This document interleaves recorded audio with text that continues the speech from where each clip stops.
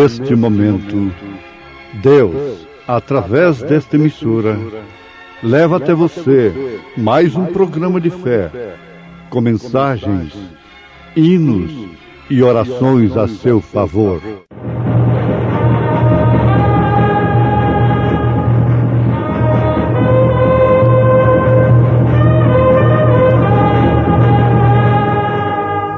Fé para vencer.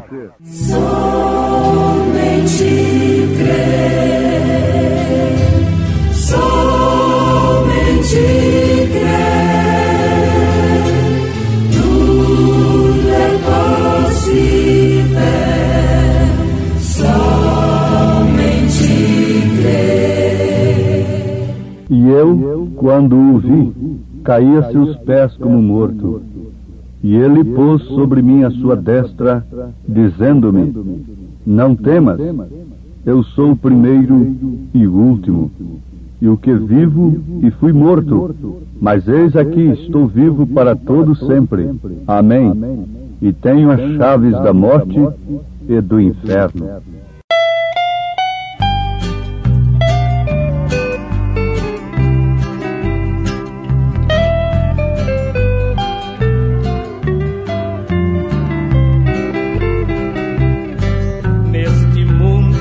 Há milhões cujas vidas nos grilhões vivem sempre em desespero e pavor, dia e noite a chorar para alguém lhes avisar. Nós ouvimos seu lamento ao redor. Ninguém se importa por minha alma, ó triste choro. Ninguém se importa por minha alma, não ouves tu? Hoje vai contar-lhes do amor de Cristo, para salvar-lhes deu sua vida sobre a cruz.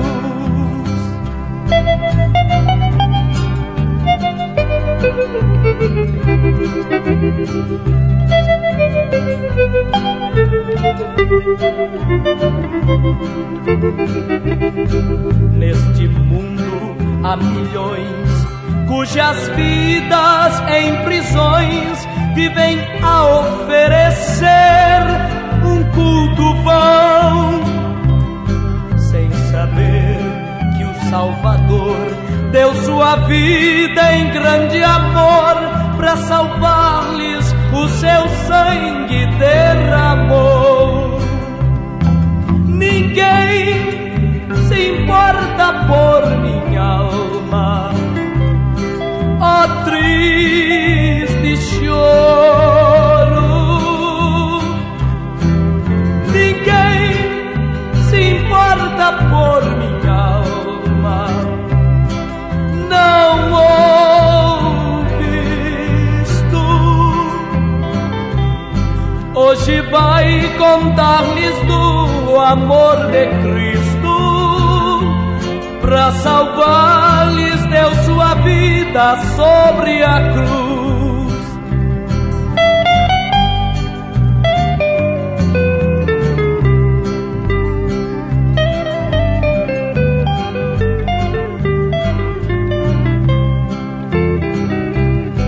Tenho ouvido o clamor dos perdidos em redor, dou meu tudo a ti, Senhor, para os ganhar, seja longe ou perto a ir, para morrer ou para viver, aos perdidos quero Cristo anunciar.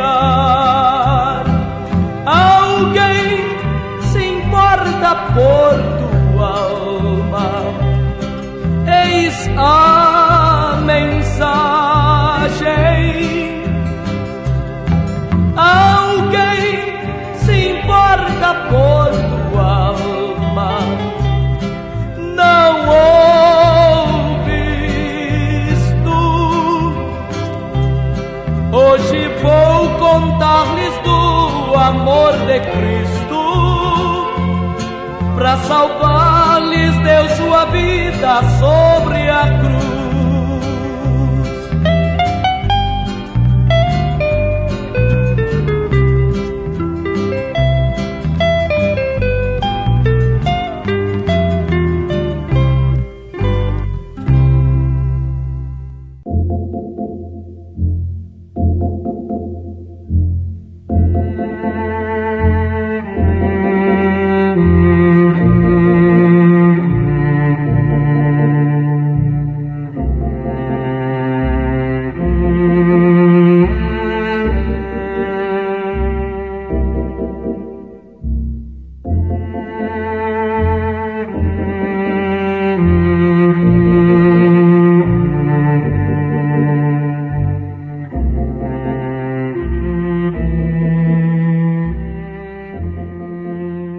Ouvintes, dizem que a Igreja de Jesus Cristo está edificada sobre Pedro, mas isto é um engano.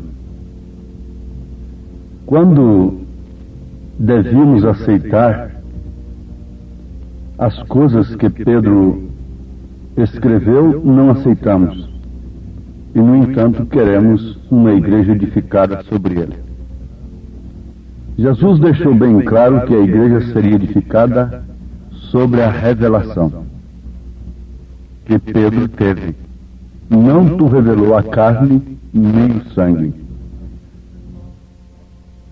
A igreja cujas portas do inferno não prevaleceriam contra ela é aquela que é edificada sobre a revelação. Portanto, essa igreja deve estar edificada sobre a doutrina de homens que tiveram a revelação. Você compõe o corpo de Cristo, o organismo vivo. Você compõe o povo que é separado, que significa igreja. E você deve analisar se a sua doutrina é baseada numa verdadeira revelação. Você pega muitos fios. Nós usamos dizer, encontramos o fio da meada. Mas você tem que encontrar um que vá estar bem amarrado, firme, lá na doutrina dos apóstolos e dos profetas. Caso contrário, você está iludido, enganado. São Paulo disse ao contrário. Ele não disse que a igreja está edificada sobre Pedro. Falando aos Efésios capítulo 2, versículo 19 em diante, ele diz: assim que já não sois estrangeiros, nem forasteiros, mas concidadãos dos santos e da família de Deus, edificados sobre o fundamento dos apóstolos e dos profetas, de que Jesus Cristo é a principal pedra da esquina. Agora vejam, a opinião de Paulo está completamente contrária à dos homens. Ele, na verdade, foi revelado. A sua palavra, a sua mensagem, a sua doutrina foi revelada, começando pelo batismo. Se o batismo de Paulo não chocou com o de Pedro, com os demais apóstolos, por que o nosso deve chocar? Dizem que os 4 evangelhos apresentam um Cristo derrotado. Mas isto não é verdade também. Na verdade, os evangelhos, os 4 evangelistas, São Mateus, São Marcos, São Lucas e São João, apresentam obras de Jesus, pelas quais todos deveriam crer naquele dia que ele era de fato o Messias. Ele disse: crede pelo menos por causa das obras. E a sua morte foi mais uma identificação de que de fato ele era o Messias. Os sacerdotes tinham Isaías 53, tinham o Salmo 22, e eles deveriam ter revelação pelo menos naquele momento, mesmo depois de terem o crucificado. Um centurião disse: este era verdadeiramente o Filho de Deus. Sim, amados, na verdade ali ele estava derrotado, morto, sangrento. Os seus ossos podiam ser contados, mas em todos os 4 evangelhos nós encontramos também a sua ressurreição. Encontramos as suas obras, encontramos a sua morte, na verdade. A sua ignominia, o seu desprezo. Deus meu, por que me desamparaste? Mas também todos eles registram a sua ressurreição, que é a justificação da nossa fé. Se a morte de Jesus não pôs fim no seu ministério, eu pergunto: de quem era o ministério dos apóstolos em Atos dos Apóstolos? Quem estava ministrando Atos 2:38? Era falso? Quem estava ministrando Atos dos Apóstolos, capítulo 10, capítulo 8, vai anotando, capítulo 19 de Atos dos Apóstolos? A morte de Jesus não pôs fim ao seu ministério. E por último, temos o Apocalipse, temos a Revelação, o último livro da Bíblia. Na verdade, tem maior importância nos andamentos da igreja no ponto de vista histórico. Mas este livro contém muitas profecias, dando-nos profundo conhecimento sobre o término da obra de Deus. Em Atos dos Apóstolos nós vemos o princípio da obra de Deus logo após a ascensão de Jesus. Assim que ele subiu e voltou para eles em forma de espírito, como ele disse: vou e volto para vós, serei derramado em vós. É o Espírito Santo. O Espírito Santo é uma pessoa, sim, é a pessoa de Cristo na igreja, andando entre os castiçais. Então aqui está, começou a obra logo após a ressurreição de Jesus. O Pentecostes iniciou a obra quando eles pensavam que haviam silenciado a Jesus Cristo e agora estavam tranquilos. Logo chegou uma notícia lá para Caifás, naturalmente. Olha, o Simão, o filho do Bajonas, aquele vendedor de peixe lá na feira, fez um milagre tremendo. O senhor conhece lá aquele aleijadinho da Porta Formosa lá do templo? Sim, sim. Está lá há 38 anos. Pois é, o homem está saltando e pulando lá dentro do templo. O Simão disse: não tem ouro e não tem prata, mas o que eu tenho, isso te dou em nome de Jesus. Levanta-te e anda. E o homem está lá pulando e dando glórias a Deus. Está um avivamento tremendo lá dentro do templo. A morte de Jesus não pôs fim ao seu ministério. E veja como foi que o Espírito Santo começou a coisa logo após a sua ressurreição. Veja de que maneira ele iniciou e veja onde nós estamos hoje.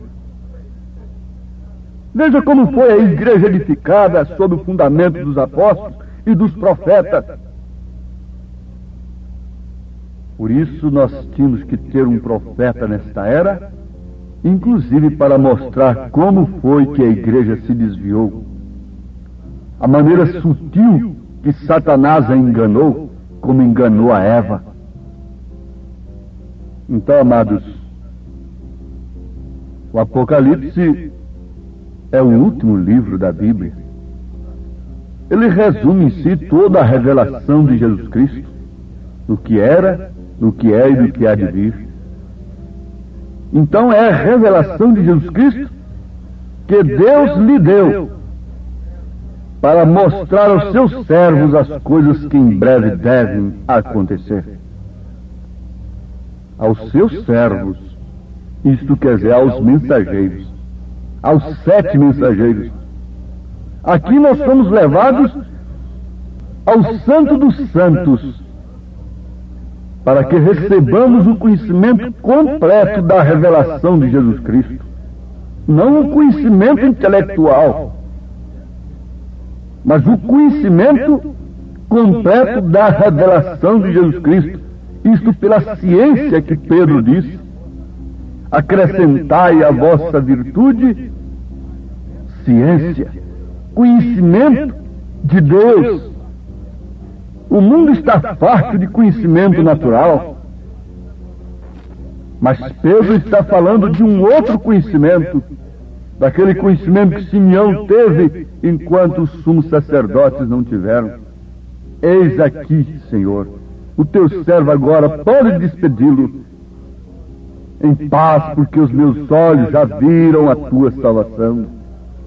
O conhecimento que o pescador teve, dizendo: tu és o Cristo, o Filho de Deus vivo, habitar, por certo. Então, João confirmou. Tinha na sua mão direita 7 estrelas, e da boca saía uma afiada espada de 2 gumes, e o seu rosto brilhava como o sol na sua força. O Apocalipse está mostrando como Deus, como Jesus, desempenharia, continuaria sua obra durante os 7 períodos da igreja. Oh, como João se sentiu naquela hora, como ele ficou maravilhado e emocionado vendo seu amado Senhor naquela apresentação. Uma imensa alegria também se manifesta em nós, deve mover as nossas entranhas, como quando Maria se aproximou de Isabel e ela disse: oh, como a criança saltou dentro do meu ventre ao se aproximar a mãe do meu Senhor. João Batista teve imensa alegria quando Jesus se aproximou dele, ainda dentro do ventre de Maria. Agora nós, os céticos, os pseudos intelectuais desta era, não sentem nenhuma emoção com toda a obra de Jesus realizada e todas as suas promessas manifestadas. Uma imensa alegria deveria invadir o nosso ser, a ponto de Cristo tomar a preeminência, o primeiro lugar em nossa vida. Veja o que aconteceu quando João, naquela hora tão tremenda, João estava acostumado até a deitar, recostar no seio de Jesus, mas naquela hora, quando ele viu aquela manifestação, ele caiu. Ele caiu, é o que devia acontecer conosco. Cair como Saulo caiu no caminho de Damasco, cair dos credos, cair das denominações, cair dos nossos próprios pensamentos. E João estava acostumado a comer com Jesus, a recostar no seu seio, mas quando viu aquela sétupla glória, ele caiu aos seus pés como morto. Isaías estava acostumado a pregar, a profetizar, mas veja no capítulo 6 do seu livro, quando ele viu aquela glória, o que aconteceu. E Wesley, quando viu essa glória, ele disse: quem me converterá? Pregar bonito, eloquente, todo mundo prega, tanto da mensagem como fora da mensagem. Mas tem uma experiência da revelação de nosso Senhor Jesus Cristo que põe o ego por terra, o eu por terra, e nós caímos não numa imperfeita debilidade, nós caímos não numa frustração e cheios de complexo e de dúvida se devemos ou não continuar neste caminho de pregar a palavra. Nós caímos em perfeita debilidade, não em imperfeita debilidade. E quando nós caímos em perfeita debilidade, o que acontece? A perfeita força opera em nós. Veja o que aconteceu quando João caiu. A perfeita força entrou em ação. Diz a palavra: mas Jesus pôs sua mão direita sobre ele e disse: não temas, eu sou o primeiro e o último, aquele que vive. Estive morto, mas eis que estou vivo pelos séculos dos séculos. Como João se exultou naquela hora! Nunca havia caído ao ver Jesus, mas agora ele caiu como morto e levantou-se com uma nova experiência.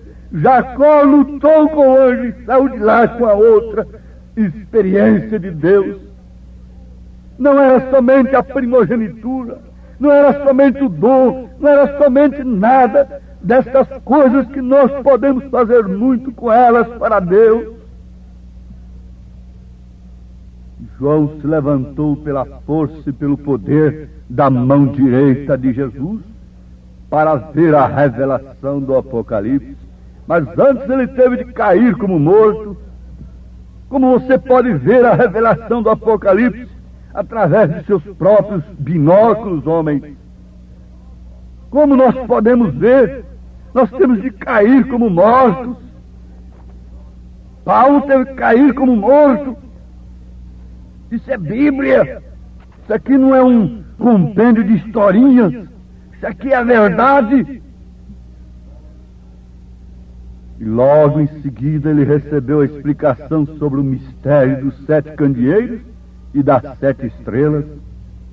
O próprio Jesus interpretou para ele o que são as 7 estrelas, o que são 7 candeeiros, que os homens querem discutir ao contrário hoje, dizendo que não há 7 eras, que não há 7 mensageiros. Mas se a Bíblia diz que há 7 mensageiros, e já encontramos 6 deles, onde estaria o 7º? Pela sua mensagem você ficará sabendo. Procure conhecer a mensagem do 7º mensageiro. Caia por terra. Jesus te levantará com a sua destra, com a sua mão direita, e te mostrará o resto do Apocalipse. E Deus os abençoe. No nome santo de Jesus Cristo, é o que nós pedimos nesta hora, sob a graça do Senhor Jesus, que aqueles que se humilham sejam exaltados pela destra do Senhor Jesus. Aqueles que caem por terra, deixando o seu eu cair, todos os seus pensamentos próprios, toda a armadura de Saul, como Davi arrancou tudo aquilo. Então agora Jesus diz: agora eu te dou a minha direita. Levanta-te. Vamos de uma maneira diferente agora. Vamos, pregador. Caia de tudo isto que você aprendeu. Levanta-te agora pela destra de Jesus, pelo poder de Jesus, pela direita de Jesus. Você aceita? Deus te abençoe. Amém.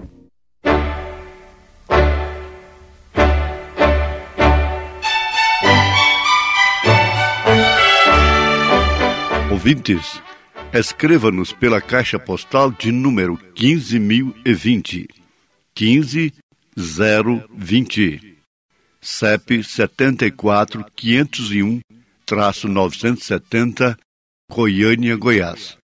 O nosso endereço na internet é www.apalavraoriginal.org.br.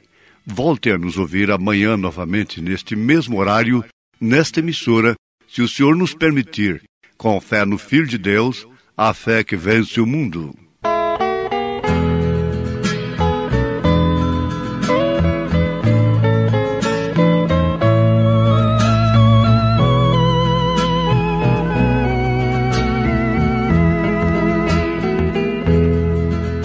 Foi por mim, Cristo meu mestre,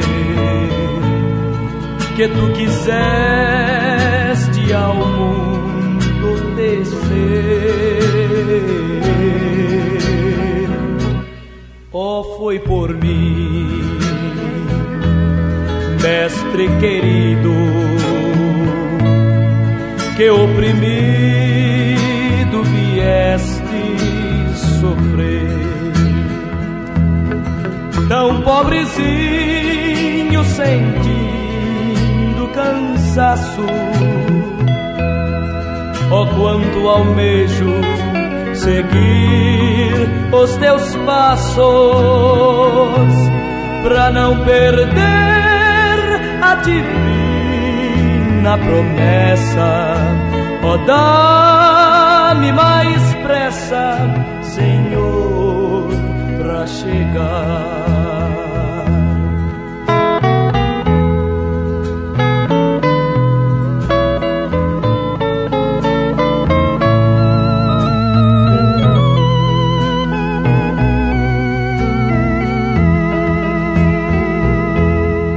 Oh, foi por mim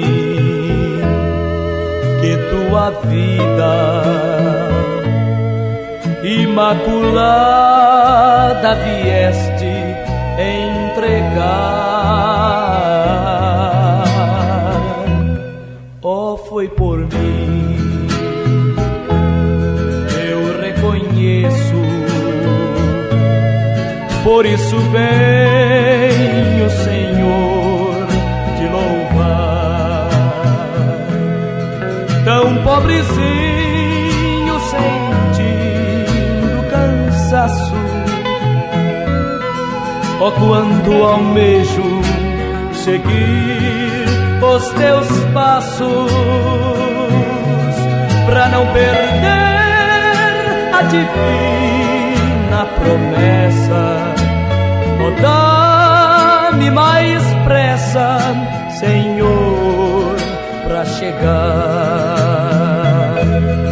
pra não perder a divina promessa. Oh, dá-me mais pressa, Senhor, pra chegar.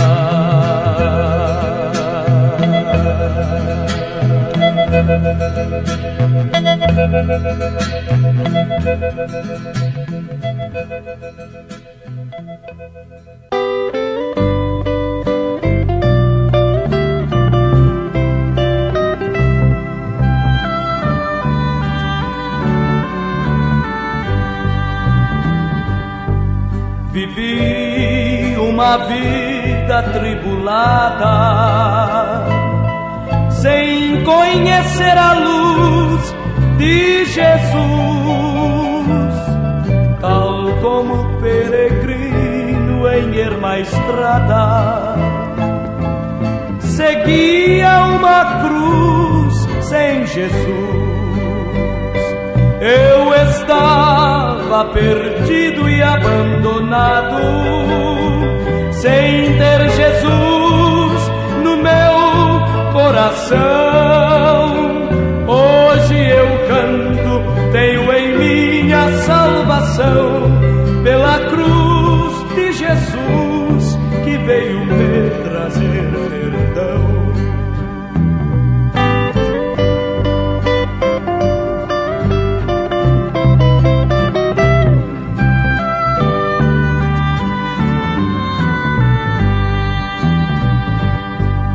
Cansado, solidão, pesado fardo, senti um dia a mão de Jesus, livrando-me pra sempre do pecado, pregando-os na cruz com Jesus. Eu estava perdido e abandonado, sem ter Jesus no meu coração. Hoje eu canto, tenho em mim a salvação, pela cruz de Jesus que veio me trazer